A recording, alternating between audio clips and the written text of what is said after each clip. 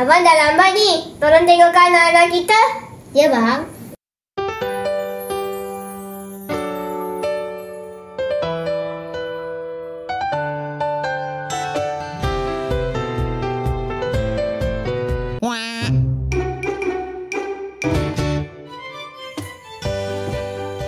Bye-bye. Bye. Mak nak sambung masak ni. Okey, Mak. Okey, Mak. Abangnya pasrah.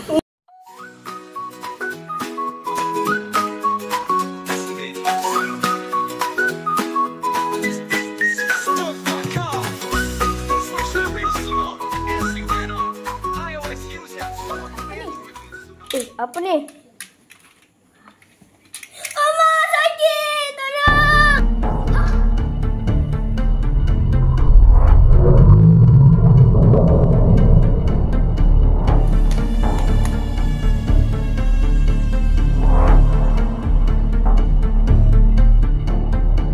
Ni Mak tengok. Oh, ini floss, bukan mainan.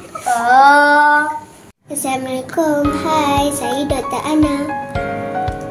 Mari saya ajarkan tentang floss dan beras gigi. Ini floss dan ini beras gigi. Mari saya ajar cara untuk floss. No.